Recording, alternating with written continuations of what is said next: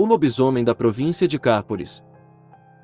De uma família de 8 filhos, Pedro Plínio era o único homem e o filho caçula. Ele era diferente. Talvez por ter crescido em meio às irmãs, ele sentia-se um pouco excluído.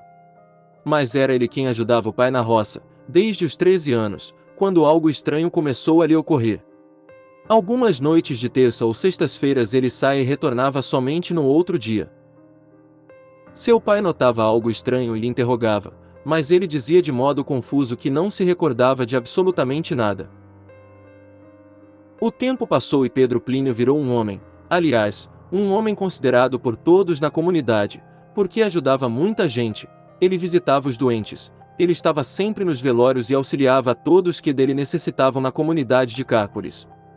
Mas, estranhamente nas noites de terça e sextas-feiras, ao cair da tarde, exatamente às 18 horas, ele desaparecia. Só viam Pedro Plínio no dia seguinte. Cansado, com as vestes rasgadas e abatido, ele não falava muita coisa. Às vezes parece que ele havia levado uma surra de chicotes, ou coisa do tipo. Mas quando perguntavam, ele não se lembrava de nada. Algumas pessoas como Dona Isolina, antiga moradora da província que auxiliava a todos por ser uma mulher bondosa, começou a notar que aquele homem, quando aparecia no dia seguinte, andava a pedir sal na porta das casas. Dona Isolina e tantas outras pessoas assentiam sem questionar e lhe cediam as xícaras de sal. Pedro Plínio agradecia e virando-se para o lado da rua ele ia embora sem dizer muita coisa. O Zé Bugre era um exímio caçador e o Ataliba, que não ficava atrás, o acompanhava nas noites silenciosas de caçadas às margens da represa de Cárporis, lá nos cafundós, onde a mata era fechada e fazia um escuro danado, mas as caçadas normalmente eram realizadas em noites de lua clara. Eles então caçavam capivara em uma noite quente de lua cheia. De repente, o Zé Bugre avistou o animal roedor de longe. Era uma das bitelas, e o Ataliba clareou a lanterna. E então, o Zé Bugre abriu fogo. Mas nesse momento, um uivado de lobo muito forte tiniu os ouvidos dos amigos caçadores e aquele som ensurdecedor aproximou-se dos dois que se arredaram, gritando ainda mais forte. A capivara havia morrido após o tiro, mas eles avistaram um enorme cachorro, ou lobo, peludo e de olhos vermelhos como fogo, que além de abocanhar a capivara morta, partiu para cima dos dois homens. Enquanto Zé Bugre teve uma das orelhas amputadas pela mordida do bicho, o Ataliba apanhou a sua cartucheira e picou fogo contra o enorme cachorro que uivava ainda mais estridente, soltando algum tipo de fumaça pelas narinas. O bicho cambaleou e deu umas 4 viravoltas. Eles ficaram extremamente assustados e aturdidos e correram até não poder mais. Quando os dois amigos caçadores chegaram de volta até o barco que se encontrava amarrado às margens da represa de Cárporis, ouviram então ainda mais forte o uivo do enorme lobo ou cão peculiar, que mais parecia o cavalo do Satanás.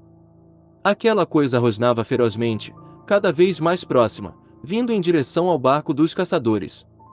O grunhido aproximava-se, cada vez mais perto deles e quando novamente clarearam um farolete, eles avistaram aquele enorme cão peludo, correndo de 4 patas em direção ao bote.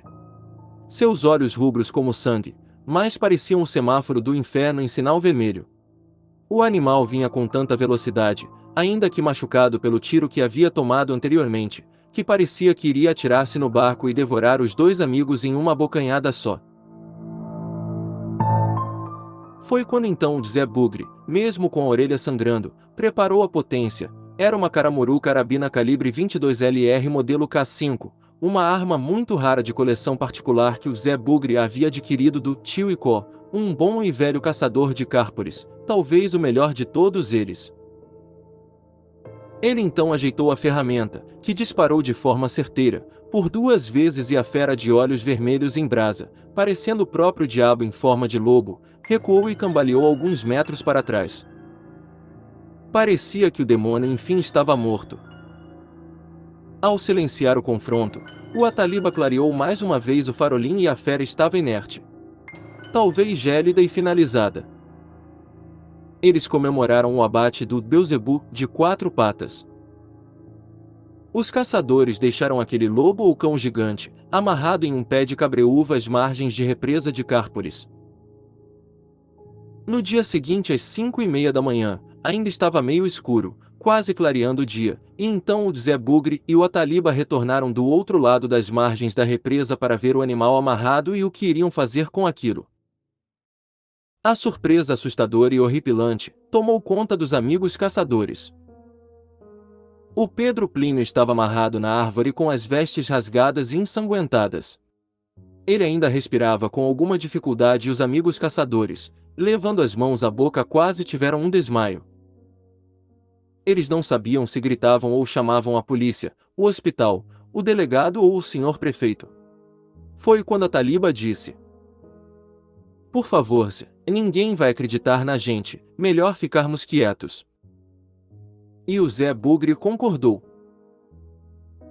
Como o Pedro Plínio ainda respirava, embora com alguma dificuldade, os amigos perceberam os sinais vitais e o levaram ao hospital de Cárpolis, e após um certo período ele se recuperou, embora tivesse ficado com algumas sequelas. Os dois amigos caçadores não tocaram mais no assunto e Pedro Plínio, como sempre, não se lembrava de absolutamente nada.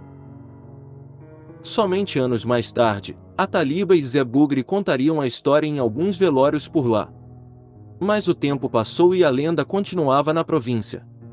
O homem de roupas rasgadas continuava voltando no clarear dos dias seguintes para pedir sal nas casas, e ficava claro que Pedro Plínio era o lobisomem de Cárpolis.